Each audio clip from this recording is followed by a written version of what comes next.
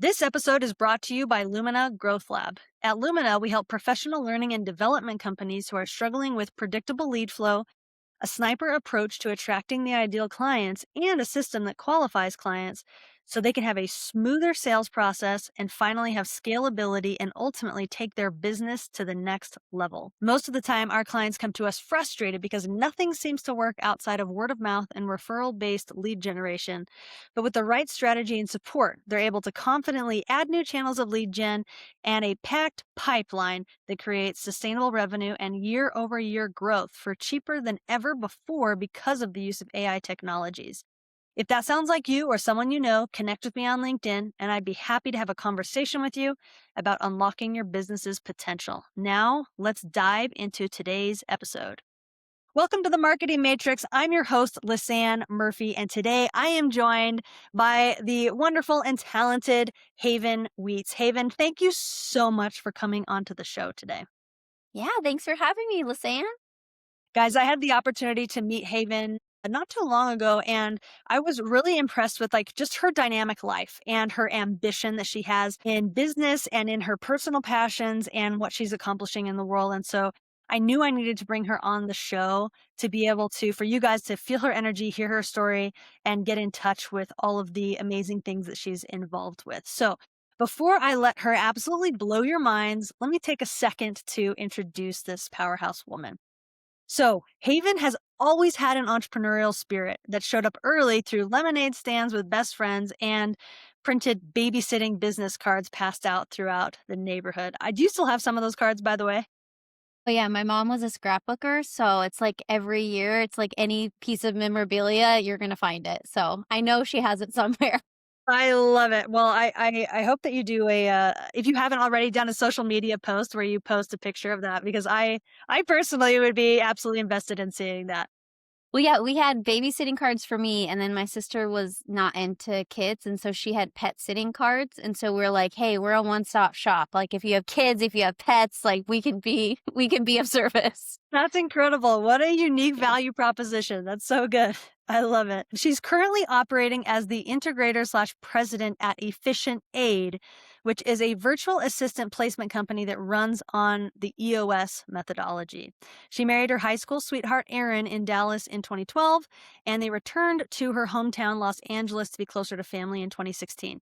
She's got two children, Isley and Echo, who have morphed her Instagram into their own personal fan account pages. As a fun hobby, she started the podcast called Haven in the summer of 2023 as a safe space for curiosity and conversation where they dive into all things relationship and parenting.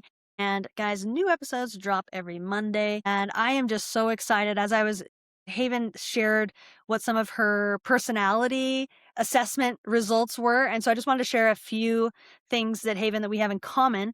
So she shared her strengths finders, which we might get into, but we have individuation in common there. And that's in mine as well. And then you're an Enneagram 3 wing too, which I am as well.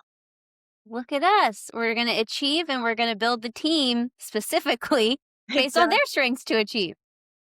Exactly. That's the goal. So guys, and I'm a DI as well. So with the disc profile. So it's no wonder, we always like who we're like, right? So it's no wonder that I actually think you're pretty legit because you're like me. I'm just kidding.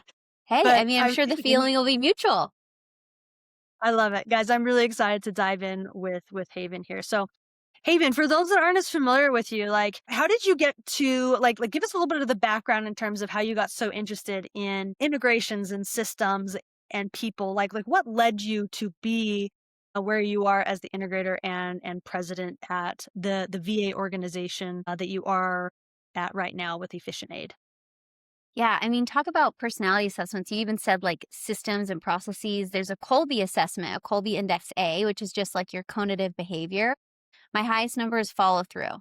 So I'm basically going to see it through the end. I want systems, I want efficiencies. It's just how my brain works. And so I initially got into the assistant space. It was like one of my first jobs out of college. I was working admin at this different type of like nonprofit, and it was helping kids in Guatemala and Haiti, and it was really mission oriented. And then this other group poached me. The CFO had seen like just my administrative skills, and he's like, I want you as an assistant. And I was like, well, I've never done assistant work before, but I'm sure I can figure it out. I'm organized. So I then loved it. I ended up being assistant to the CFO and the chief legal counsel. And so I was like you just jump up to a C-suite, you really see how an organization runs. And so I was like, I'm getting to see leaders like make decisions and why are they choosing this and what do you see in the P&L and what's the vulnerabilities of an organization. And I loved it. I was like, eventually I have like an entrepreneurial spirit. I want to have my own company. But until then, like I want to be close to the decision makers, and being an assistant is the best way to do that. And so when we did move back to California, headhunter through the YPO network was helping me kind of source out a different assistant role. And so I got connected with a serial entrepreneur here, and he had a ton of different entities. And so I started off as his executive assistant, kind of grew into project manager, and then eventually the term EOS has integrator, which is overseeing different, for him, it was different parts of his organization. He had different entities. He was an EOS implementer. He had different companies. And so I sat in the integrator seat for those. And he knew my goal was eventually to spin off into my own company. I just didn't know what the idea was going to be. I just wanted to be ready when it came. And my business partner, Kyle, he had started this company, EfficientAid, years back. It was more of a hobby business where he was like, we can, be your administrative support. It turned into virtual support. He had a couple 1099 contractors under him. But then when he started to scale, he was like, I need an integrator. We had kind of rubbed shoulders before. He was like, would you be interested? And I was like, well, I want to have equity in a company. I want to scale it. I want to see it grow. Is this something that's aligned? And we were totally aligned. So I made the jump from integrator of those other roles to only focusing on EfficientAid about 3 years ago. And we deliver premium assistant support. Kyle and I both, it's in our DNA. We know how to be an extension of someone and give them their time back and release them from some of the worry that happens of making sure things are all covered. And so that's a little bit of the trajectory of how I found myself here. Love it. Well, and I love how you're like, I want to be able to scale. I want equity. I can hear your Enneagram 3 just screaming through that. Yeah, if I'm going to make a move, it's not going to be lateral. We're going up. That's so cool. So for those listeners that might not know what an integrator is or what EOS is, can you do some definitions for us and give us some context? Totally. So EOS, it's a lot of tried and true business practices, but it feels like it's packaged into one system. And so there's an accountability chart super similar to an org chart, but EOS is unique where it says that for a company to be successful, there needs to be a visionary, someone who's 20 ideas, big picture, big relationships, seeing the future forward, paired with an integrator who is day-to-day operations, making sure everyone's swimming in the right direction, and kind of the one who's overseeing and making sure, hey, out of those 20 ideas you have, here are the 2 best ones, and here's the ones we can execute. And so integrator is the one who's going to be leading, managing, and accountable for the rest of the organization. Cool. So an EOS stands for Entrepreneur Operating System, correct? Yes. Yeah. And so it's just a structure of your business. It's not anything like, an app, iOS or anything. It's just, this is a framework. These are the tools. These are the systems and the way that we manage our business. Nice. So with EfficientAid, do you place integrators as well as admins and VAs, or is it just the admin and VA part? It's just the admin. We have internal career pathing. We will grow their skills and professionally develop them. That's kind of part of what we want to continually is investing in our assistants. So there's a career path they can go to. And some of them do reach near the top of the career path. And then the client wants to buy them out to be an integrator or buy them out to be full-time. And so we have that option. But for the most part, it's tried and true. We know how to do executive assistance extremely well. And it's more of a unique case about that same exec being able to grow into an integrator. It's a path, but it's not the same skill set for everyone. Yeah, no, that totally makes sense. So what are the industries or the people that typically employ your services? So right now it's North American-based leadership teams of entrepreneurial businesses. And so we can support multiple people on the leadership team. We do have some solopreneurs, but it's basically people who are looking to have a partnership and not just someone who's administrative, but it's a thought partner who's going to be strategic with them and an extension of them and has high communication. And so the main thing is whoever we're supporting should not be in their email and they should not be scheduling their own meetings.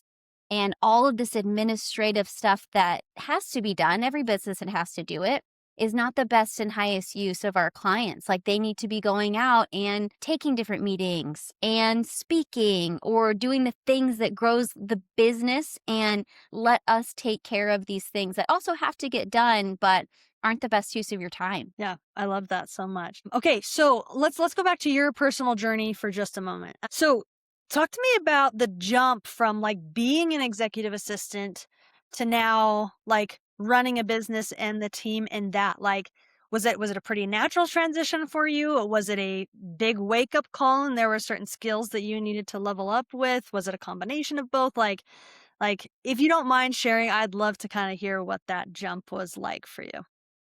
Yeah, I mean, I supported that serial entrepreneur. His name is Mike Abercrombie, and I credit him a lot with helping shape me. He knew that my goal was eventually to have my own company. And in EOS, there's a document we called the VTO, the Vision Traction Organizer. And on there, there's literally like what we call a 3-year picture, which just says like in 3 years, what does it look like? And we had on there that I have spun off and done my own thing. And so leading into it, it's what skills do you need to have? What development, what insights? So for 1 quarter, I took over all the financials from our controller.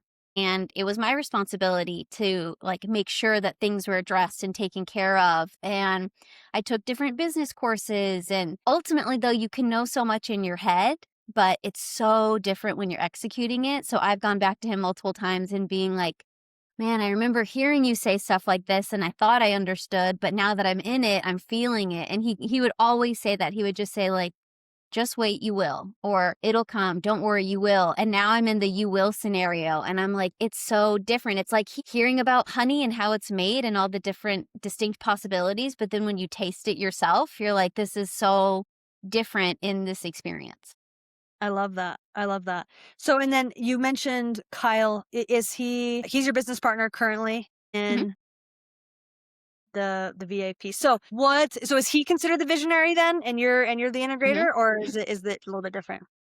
He's a visionary. And so he is like big personality, sales. Like we will get business every time he's in a room. Like he's just that kind of like charismatic, gregarious. But there is a continuum. Again, EOS, there's like this different assessment you can take of like if integrators far on this side, visionaries high on this side. We're closer to the middle where he's a little bit more on the visionary side. I'm a little bit more on the integrator. But if worst comes to worst, he could sit in my seat and he would do an amazing job. And vice versa. I have different marketing ideas. I have different relational stuff. I do speaking as well. And so I feel like that's what makes us work is we're not so polarly different. We have our strengths that lean to one side, but it also means we appreciate what the other person's doing and offering is because it's not so far out of our own wheelhouse. Yeah, no, that totally makes sense.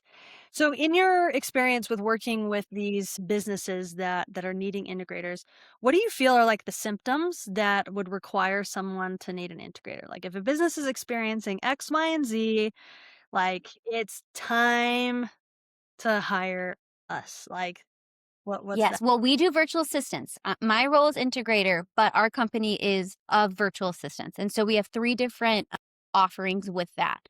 Our bread and butter is to be your assistant, where if they're like, I'm doing nights and weekends of trying to catch up with email or scheduling or invoices or these kind of administrative things, that's when it's time for us is let us be the ones to take that on. And we're fractional. And so we stay involved. We have 2 assistants assigned to every single client. It's called a primary, one that's like your main person to go to, but a secondary because one of our uniques is never lose coverage. So even if you're assistant, we have W-2 employees. If they're taking PTO, if they're sick, you'll never feel the difference. Someone else is cross-trained. They're going to come in. They're going to know your SOPs. They're going to get things going. You already have a relationship with them. We also have people who are called pod leaders who they're the managers of our assistant. They're the ones you go to of like, how are things working? What can we do better? Is this scope still right for you? And so our main like focus is to be your assistant, but also we know that not everyone needs only virtual. Sometimes they need in person. And so we have a find your assistant program where we will create the job description, we will do all of the recruiting, all of the interviews, and give you up to 5 candidates. And the only reason we say up to 5 is usually we nail it by like number two, sometimes number three, and we don't even have to go up to that. So we'll do the recruiting piece for you and get all of the legwork and just deliver an assistant to you. Or our third offering is train your assistant. Maybe you have an assistant, but they need to up level in a certain area, or they don't have the skill set, or you're like, how could they be utilizing AI? They don't know. We don't know. We have a train your assistant 30-day program. Boutique will get the specifics of what are the objectives of you, where do they want to up level. And so that's our main thing of we are the premium assistant solution. We can find your assistant, or we can train your assistant, or we can be your assistant.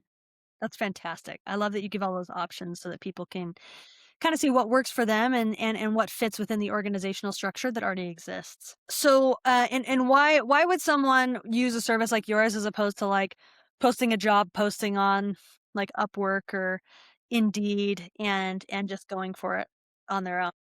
I mean, you could do that, and there's a lot of talent on there. So there's a lot of reason if you have the time and you know what to vet for and you're ready to train them, then maybe that's the best solution for you. But we have assistants where this is their career. Like this isn't a stepping stone. This isn't something casual. They see my vocation is to be an assistant. And especially since they're fractional, we will have different clients that they're supporting. So they're in this day in and day out. So if you only need someone part-time, then yeah, dedicated to you, but then out of the office for a lot of the week. Our assistants, like we are here during the week, we're available, we're constantly in this, we're constantly training them of new developments, of new techniques and new platforms. We see it as you hire one assistant, but you have an army of assistants behind them. So they have people, it's like, hey, I'm not used to making this Canva deck with this specific branding. Can someone help? Another assistant who on our team has that skill set jumps in. And so you just get access to a lot of talent in a pool when you come to us. And it's not just a one-on-one where you're just hoping they come prepared and they know what to do and how to support you versus a team of two assistants, a pod leader, and then they can touch base into the bigger pool if they need. Yeah, no, that's so great. I love that model. Well, it seems almost like it's like a fail safe model, right? Where it's like, you're getting someone who's trained, someone who's dedicated to the role, someone who is continually getting support. So I love that. So what are some of the big goals and initiatives that you guys are cooking up for 2026? Goals and initiatives for 2026. We have our annual meeting in December because right now I'm just like tunnel vision going into Q4. So it's an interesting question. I think what I would say on that one is obviously AI is like disrupting everything in the best possible way. And in the assistant space, it gives the assistant the ability to work so efficiently, like so quick. It's not quite replacing the assistant yet. Maybe and eventually it could get to that kind of level. But right now, we're mainly trying to think of how can we specifically utilize it as our own best practices. Obviously, there's the general stuff that everyone's using, but we're like, how can we integrate it in a way where maybe it is after hours, maybe it is, like you're out and it's midnight and your system's not awake. How can we have leverage where, well, it's as if your system is awake with AI? Like those are the kind of things that we're trying to see how to operationally bring into our offerings. Yeah. So, and would you say that like, would that capacity not just give you like better coverage like over the weekends, but like be able to do more work with less people or be able to handle more clients? Or like, how do you see AI impacting you guys in terms of a growth or scalability component? I see it as being able to uniquely tailor support to the client and give better support to them. Like even right now, we'll have different personas. This is the client we support. This is their business. This is their preference. This was their intake form. What are ways that I can make their life easier? This is what they love doing. This is what they hate doing. This is what their schedule's coming up. What are small tweaks I can do that they would appreciate? Like there's that kind of aspect of thought partnership that's a digital thought partnership that helps a lot too. So I would see it as that way as being able to uniquely refine and focus what does it look like to support Lisanne? Like what was that in a way that she's going to find most beneficial based on our conversation. So we have like Fathom AI attending conversations. So it can be here are the summaries, here's the things we've talked about of all time. What are different ways that I'm not thinking of to help make her day, week, life better? I love that. So good. So good. Fantastic. And what are some of like the roadblocks you're hitting or the places of resistance that you're mulling over when you're doing dishes or on a walk Mm. with your kids, or like what's rattling in that brain of yours? Rattling in the brain is we are a professional service company, and so we're a people business. And so people are always trickier. We're not selling an app, like this is a personalized service to some degree. And so it's the tension between here's some best practices, here's some suggestions, here's even a tech stack, but who we're supporting has their own unique requests, their own unique thought process, their own cast of characters. And so what I keep mulling over is the line between systemizing and going with your gut EQ relationality, and how can I train our assistants of the balance for that. I know that was also a big piece when I was an assistant. The people I supported, one in particular, he was very food motivated. And I just knew, like, I need to make sure he has all these meals and I'm ordering them for him if he didn't bring something. And I'm not going to ask him a question until he has had his meals. Like, there is that piece where you have to know who you're supporting. And so, how to continually train assistants to look for that as kind of the secret sauce. I love that. Yeah, so good. Because I'm sure that those are the experiences where someone is like, I mean, it makes the experience like a magical defining moment, and it also, I would imagine, like decreases churn because you're just like, I can't get rid of this person. They know what I want to eat before I know what I want to eat, or like That's the they, thing, is to be so ingrained in someone's support that you are the extension of them. And it can be unique because our assistants will support different people. Someone's going to want a lot of details. Someone's going to want some specific things prepared 80% of the way, and then they decide the 20%. Someone else only wants bullet points. They don't want to talk unless you have everything prepared. It's a quick 15. And so it's also knowing the dance between, it's not my preferences, it's the client's preferences here. yeah, I love it. So, and you have a unique business in that you are drawing in talent to be administrative assistants as well as attracting businesses that want to hire your services. So, like, what are some of the strategies that you're using for both to draw more businesses in, but also be able to bring in the right talent and the right amount of talent to be able to work with your clients?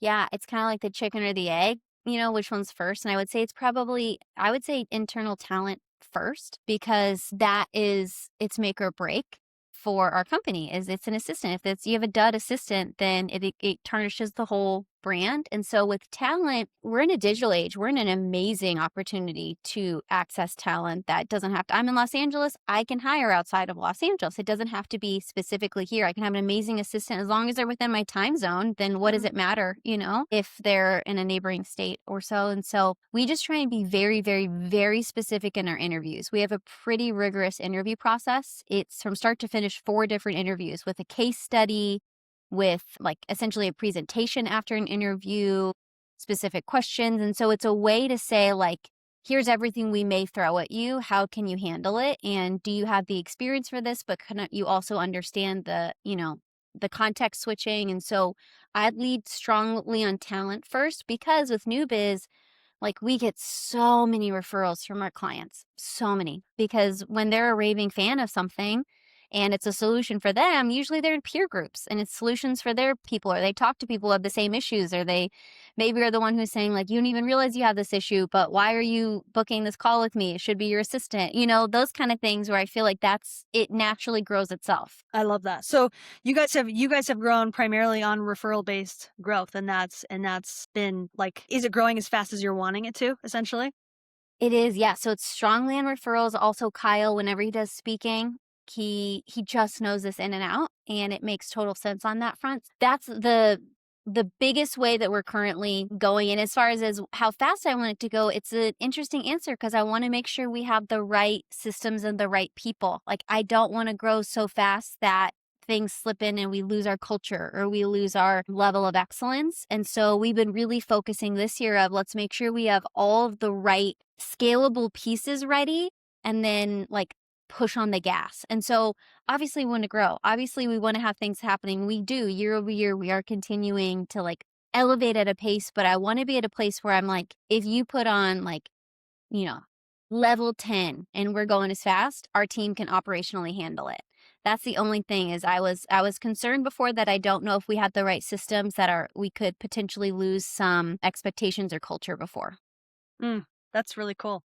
Yeah, well, and I love, like, I mean, a business that can support referral-based growth like that, and that, like, where, like, it's very easy to refer, right? It creates a lot of stickiness for you guys, and I'm sure it makes your sales process a lot easier as well because it's always easier, when the opportunity is coming from a referral. I love that. So, and, like, what are the aspects of the business, like, you're personally passionate about? Like, what are the pieces where you're just like, "Oh, I love this aspect so much." I love our team. Like, I just love the people we work with. Like, one of our core values is have fun and get it done. And we don't think those are mutually exclusive. Like, you can have the time of your life and do the best work of your life. And so I think what I love is we have like a really robust Slack group. We have um, this platform we call Bonusly, where you can shout out different people for things that they've done and you can throw points and do kind of hashtags of what it's for and different gifts. And I have to mute it because they're just popping off all the time of like, we had an amazing level 10, everyone in my pod, or this person helped cover when I was sick, or like, that's what I love is seeing all these different relationships built of the team and being virtual. It's not the same as an office. And it's also fun because you see some of the more quiet people getting shouted out a lot because they're down to help and they do thoughtful things. And so it's also a way of like, it's not just the extroverts getting the attention, it's these introverts and it's a mix of the group. And so I think what I love the most is the culture and the people we're building it with is like we deeply care about our staff and they deeply care about their clients. And so it's a good kind of mix.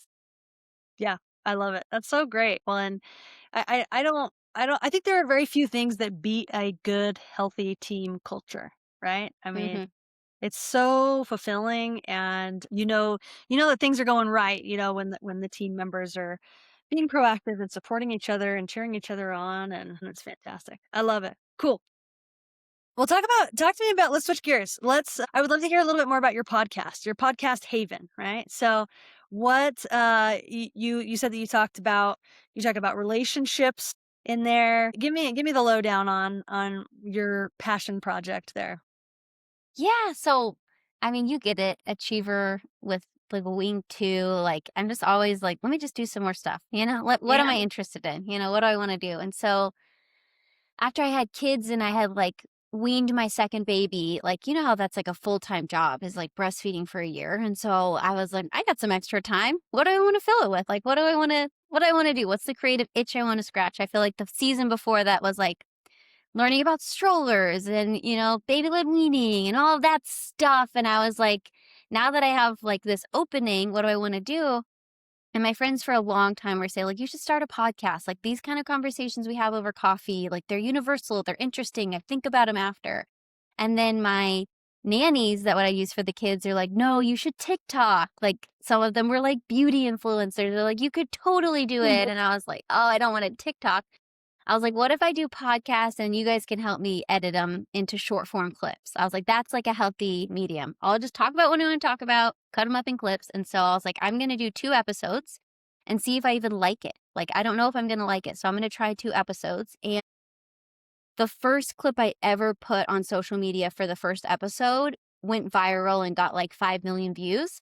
And so I was like, okay, I think there might be something here. Maybe I struck a nerve. Like, let me just keep going with it and see. And so I just kept going with it. And then even the relational part, I was talking about casual stuff. Like, even at one point I was like, are we Botoxing? Like, everyone's talking about it preventatively. Like, I don't think I want to do it, but why would you do it? What are you talking about? And so it's literally just the most random stuff. Sometimes my most requested guest was my husband, just kind of talking about that. So I took a poll and I was like, why are you guys listening to this? I was like, what's coming up? And so the feedback was heavily relationships and parenting. And especially, so I've been married for almost 13 years. And they were like, we just don't see young couples who enjoy it, or we didn't have a model growing up of how to make it last. And so it's just interesting to hear that. And then parenting is just such a universal. We're all like, are you gentle parenting? Are you permissive parenting, authoritative? Like, there's just so much information thrown at us. And my podcast is literally just talking and, more about curiosity of it. And so I'm still going because I'm still interested in it. And it's just talking about stuff I want to talk about. I love that, like, the freedom to just, like, have a forum to share your ideas. That's Mhm. fantastic. Do you always have a guest, or do you do solo episodes? How does it typically work? I've done solo. I like guests, but so far my guests have only been friends, like literally just friends, some family. The only time I've opened it outside of that are for authors I've read that I enjoy, because then I feel like I know them and there's a kinship there. And so right now the guests are literally just people I would already be talking about it with. Like we're already kind of having coffee, mulling it over. I had a friend on and we were talking over lunch about in-laws and I was like, "Let's talk about in-laws on the podcast. Do you want to come over?" And so it's just literally conversations I'm already having with friends that then we bring a mic into it. Yeah, I love that. That's such a cool vibe and, uh, really like an authentic conversation, which I think is super powerful. I love it. Well, Haven, it has been an absolute joy having you on the podcast today and hearing your passion and your expertise and really diving deep into what your business does. So, because I know that it's so needed across the industry, and the majority of my friends that I have are entrepreneurs, and so I'm excited for them to listen to this and and also being willing to share some of your personal project with your podcast as well. It really has been just so fun having you. So, thank you so much for coming on to the Marketing Matrix today. Yeah, thanks for having me. So for people that wanna follow your journey or get in touch with the company, looking for a VA or wanting to tune into your podcast because 'cause they're in a similar stage of life, like, how do people find you?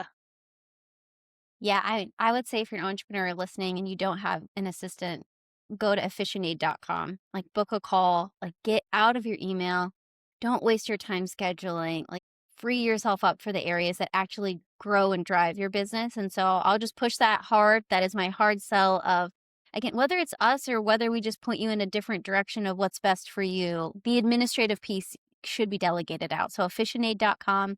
And then the podcast is just the tagline or the handle is at Haven the podcast. That's Instagram, TikTok, YouTube. And then the podcast itself is Haven with an exclamation point, and that's on Spotify and Apple Podcast. I love that. Guys, I'm gonna put all those links in the episode notes so that you can link to those directly. But I hope that you take Haven up on her offer to have a conversation about implementing a VA into your business and enjoy the fun conversations she's having on her podcast. Follow her ambitious journey that she's on. And yeah, again, it's been a joy having you, and I really, really appreciate your time and your expertise today. Guys, like wherever you are listening, whether you're at home or out and about, your time is valuable. And so it means a lot that you'd spend some time with us today. So thank you so much for tuning into the Marketing Matrix. And until next time.